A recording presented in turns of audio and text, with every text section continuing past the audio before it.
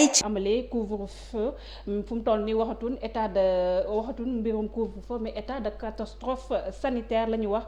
moom leen proclamé ci ñaari régions yi Dakar ak Thiès ban lecture nga ciy def parce que bëri na polémique bu baax. waaw lecture bi ma ci def déjà je pense que jot naa ci wax. mooy que ne bëri na cafouillage bëri na lu ñuy wax ay illégalité bëri na surtout loo xamante ne méngoowul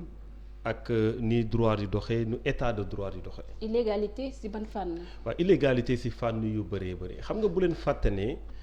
couvre-feu bañ koy décréter dañ ko jaarale woon ci état d'urgence état d'urgence da lay permettre nga def couvre-feu. Couvre-feu bi ba mu jeexee. pour ñu prolonger couvre-feu bi malheureusement ba ñuy dugal loi bi nga xamante ne day indi régime bu bees bi ñu koy woowee catastrophe naturelle wala catastrophe sanitaire avant ñu koy mën a promulguer parce que loi pour mu entrer en vigueur il faut nga promulguer ko président def décret promulguer ko ensuite ñu publier ko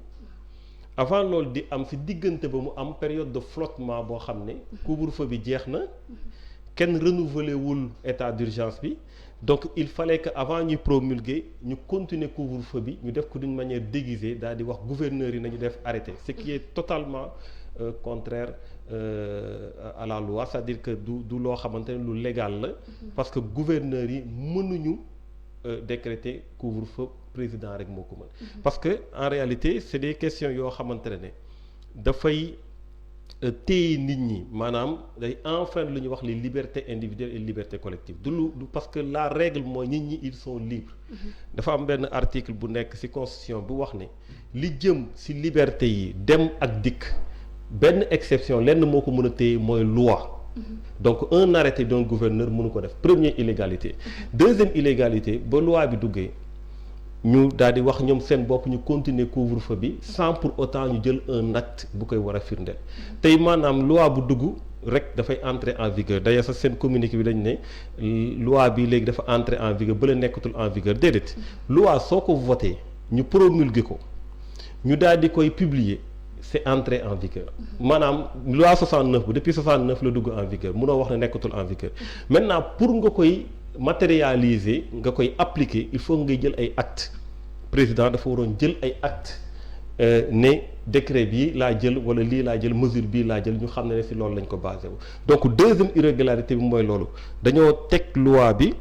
jëluñu benn acte pour firndeel ne ci ay couvre-feu la ñu jëm ba fii may wax ak yow ils sont dans l'illégalité totale te loolu nag dafa doon loo xamante ne ni tax ñu mën ko souligner mooy que ne. En réalité dans un état bu mel ni Sénégal nga xam ne c'est un état de droit waruñu permettre ñuy jalgati yoon parce que soo ko mayee nit tey suba mun na def leneen loo xamante ne peut-être ça risque d'être très compliqué pour les populations moo tax c'était important qu'on attire leur attention sur ça. Monsieur Bocoum comme ni ma ko lire ci sa page Facebook sànq ba mu la ko saytu comme on a comme l'impression que dañoo nekkoon dans un état d'exception depuis 5 jours sans pour autant l'État mu avertir la population concernée est-ce ça. waaw exactement parce que démb le 26. la ñuy génnal benn décret boo xamante ne. dañ ko jël le 22 ça veut dire que 5 jours décret bi bon tey tu te demandes même est-ce que ce n'est pas antidaté très franchement c'est une question qu'on se pose parce que ba ñu ko jëlee jour boobu ba léegi loolu la ñu tàmmal soo jëlee décret da nga koy publier parce que pour nga wax nit ki ne ko yaa ngi ci situation boo xamante ne mënuñu la da am ay mesures exceptionnelles yu ñuy jox président mais il faut que mu xam ko il faut nga leeral ko donc décret bi dañ ko génne nee nañ le 22 le 26 lay soog a feeñ ci bëtu nit ñi alors que diggante le 22 et le 26 il y a des mesures exceptionnelles yoo xam dañ ko basé ci mbir mais décret bi sax c'est mal écrit décret bi sax nañ ko defee jaaduwul ak yoon parce que waaw waaw parce que décret bi dañuy proclamer lu ñuy wax état lañ ko tuddee état de catastrophe sanitaire état de catastrophe sanitaire amul ci loi bi soo demee article 24 nouveau ak article 25 nouveau bi waxuñu ci état de catastrophe sanitaire. gestion catastrophe sanitaire la ñu wax gestion bi dañu wax ci article 24 nouveau bi ne pour nga def ko da ngay jël ay mesures yooyu nag mun nga ko jaaree décret mun nga ko jaaree arrêté pourquoi arrêté parce que président mun na def délégation mun na wax ministre bi jëlal wala mu ne gouverneur bi jëlal parce que loolu la loi bi wax donc da ngay jël ay mesures mais waxul ne dafa am état de catastrophe sanitaire waxul tamit ne da nga koy décréter xam nga ñoom dañoo jël lu ñu tàmmoon def ci état d'urgence bi ñu indi ko parce que état d'urgence bi loi bi dafa leer naññ dafa ne état d'urgence la benn mooy appellation bi donc soo nee décréter naa état d'urgence mën nañ ko comprendre beneen bi mooy dañ ne da ngay kii décret ci boppam loolu article 2 bu loi bi la dafa ne décret ci boppam la ñu war a jël pour mën a lancer état d'urgence boobu donc loolu ñoom ñu jël ko indi ko ci biir gestion catastrophe sanitaire te loi bi mun a dem au-delà de la loi parce que loi sooy xool ci hiérarchie des normes juridiques loi moo jiitu décret donc décret suy sukkandiku ci loi mënul def lu weesu lu loi waxul mënu ko def donc loolu mooy première chose boo xamante ne gis nañ ko ci mooy déjà décrété nañ ko ensuite mesures yi loi bi dafa ne article 24 nouveau bi dafa ne mesures yooyu soo ko jëlee wax naa la ne gestion catastrophe naturelle ou sanitaire sooy jël ay mesures ngay jël mesures yooyu bés boo koy jël dafay doon mesures yoo xamante ne mën na dem ba 1 mois renouvelable une fois donc ñoom au lieu que ñu jël mesure boo xam day dem 1 mois par exemple suñu defoon décret daal di ne def nañ couvre-feu dina dem 1 mois renouvelable une fois mais jëluñu décret pour def couvre-feu dañoo déclarer proclamer état de catastrophe sanitaire ne loolu léegi 1 mois la renouvelable loolu tamit loi bi wax ko. loi bi ci mesure la nekk mais aussi modification de la loi 1969 bu ñu def au niveau de l'Assemblée nationale est-ce que nekkul loolu moo leen ko may aussi. déedéet mayu leen ko. xam nga donc dañoo jalgati. waaw xam nga loi boobu laaluñu ko. la vérité non dañu ci yokk dañu ci ñambaas. titre 3 lañ ci yokk bu ñu tuddee gestion des catastrophes naturelles sanitaires. mu am 2 articles. yoo xamante ne articles yooyu ñoo fi nekk d'ailleurs mën naa ko parce que loolu mooy gën a leer pour ñu ñuy déglu ñu xam ko donc article 1er ak article 2 la article 1er bi juste dañu wax dañoo changer tur bi tuddee ko la loi relative à l'état d'urgence à l'état de siège et la gestion des catastrophes naturelles ou sanitaires article 2 bi mu ne il est inséré au titre 4 mooy titre bi ñu ci dugal gestion des catastrophes naturelles ou sanitaire donc loolu terme boobu moo am maintenant article 24 nouveau ak article 25 nouveau maanaam ñaari articles yoo xam nga dañ ko dugal boole ko ci loi bi moom lañ fi ñambaas foofu la ñu wax ne en cas de survenance de situation de catastrophe naturelle ou sanitaire il est donné à l'autorité administrative compétente sans que soit proclamé l'état d'urgence ou l'état de siège pouvoir de prendre des mesures visant à assurer le fonctionnement normal des services publics et la protection des populations donc mesure ngay jël mu teg ci ne ces mesures peuvent notamment consister à l'instauration d'un couvre-feu et en la limitation des déplacements sur tout ou partie du territoire national pour une durée d'1 mois renouvelable une fois donc mesures yi moom moo am durée 2 mois renouvelable une fois mais pas nga ne da ngaa proclamer état de kii sanitaire maanaam boog jalgati yi bëri na si véritablement décret boo xam ne def nañ ko décret bi tamit mu méngoowul ak lu loi bi wax en même temps également nga gis jalgati yu ci amoon avant même ñuy signer décret boobu donc vraiment gestion la boo xamante ne kenn comprendreul pourquoi ñu doxalee ko noonu parce que dañ nekk ci état de droit je pense que waruñu may buntu président de la république mu jël mbir yi defee ko nu mu ko neexee rek daal di jàll parce que nag nekkuñu foo xamante ne décision président la ñuy seet wala moom la ñuy xaar dañ nekk foo xamante ne le respect de la loi d'abord moo primé parce que loi bi moo ko jox ay prérogatives jox ñun ay prérogatives parce que duñu ay bàyyi ma donc je pense que loolu war nañ ko mën a respecter. et la responsabilité de l'Assemblée nationale si dëkk bi fu mu toll nii nu muy doxee ak président Macky Sall loi yi muy jël di koy utiliser nu muy neexee si ndodd sénégalais est-ce que foofu la responsabilité de l'Assemblée nationale n'est pas engagée aussi. alors Assemblée nationale soo koy wax da ngay wax surtout majorité bi. dañu am déception bu mag a mag ci majorité bi mën naa sax wax ne. sans exagérer que lu ñu def c'est une forme de trahison sans exagérer pourquoi parce que gis nga Assemblée nationale dafañ ko teg pour rôle bu mu war a jouer pour askan bi président de la République ñu teg ko pour rôle bu mu war a jouer pour askan bi saa su ne jëw mi de wóolu nañ la doxalal ñu liggéeyal ñu fexeel ba suñu situation mu jóge fii jëm fële dañuy teg à côté ñoo xam dañ leen naan wóolu nañ ko waaye saytul ñu xoolal ñu mbëbët xoolal ci biir xoolal ci biti encadrer leen. loolu moo tax à chaque fois président mu am bëgg-bëgg def dara nga tey jii da ngaa bëgg ne dama am lii dama koy changer lii dama koy def lan lañ lay wax demal nga bindu loi nga def projet de loi nga dem assemblée ñu voté ko. assemblée waxuñu nga dem assemblée pour ñu voté ko parce que sinon dañuy ñëw rek taxaw ñu ne ku ànd ak ku àndul da ngeen di dem commission da ngeen di dem plénière ñu discuter xool ndax baax na wala baaxul ndax méngoo na ak lu askan bi bëgg ou pas même si politique publique yi pour évaluer ko également dañuy wax assemblée dugal sa loxo. rawatina sur ce qu'on appelle des régimes d'exception. Régime d'exception mooy la soo jëlee lu mel ni état d'urgence état de siège ñu yokk ci tey gestion catastrophe naturelle ou sanitaire régime la yoo xamante ne li ñu doon tàmmal nit ñi ci seen yelleef ci seen i bëgg-bëgg ci loo xamante ne moom ñoom ñoo ko moomal seen bopp dañ koy foqati ci ñoom parce que urgence bi fu mu toll ak situation bi fu mu toll ñu jël ko teg ko ci ay loxo régime bu mel noonu nag musiba la nga bàyyi ko ci loxo benn nit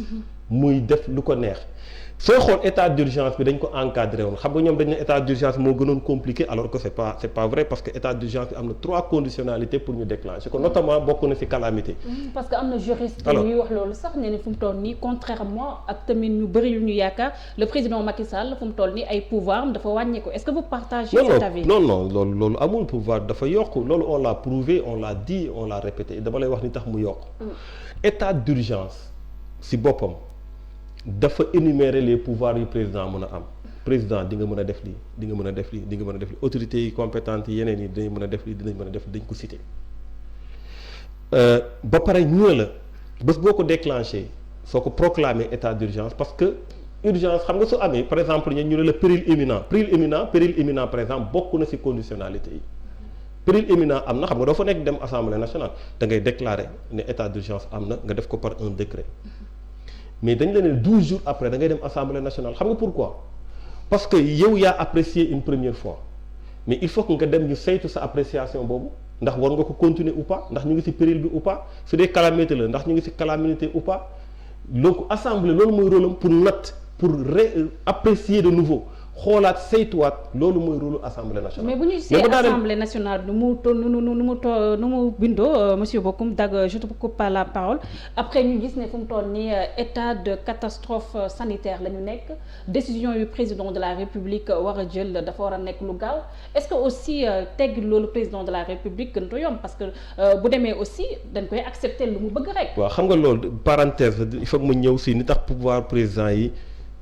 ñu yokk mais dinaa tontu loolu mën naa si tontu léegi d'ailleurs mais dinaa ñëwaat si loolu pour ñu bañ a perdre fil bi gis nga le 23 juin la moo ko indi 23 juin le président Wade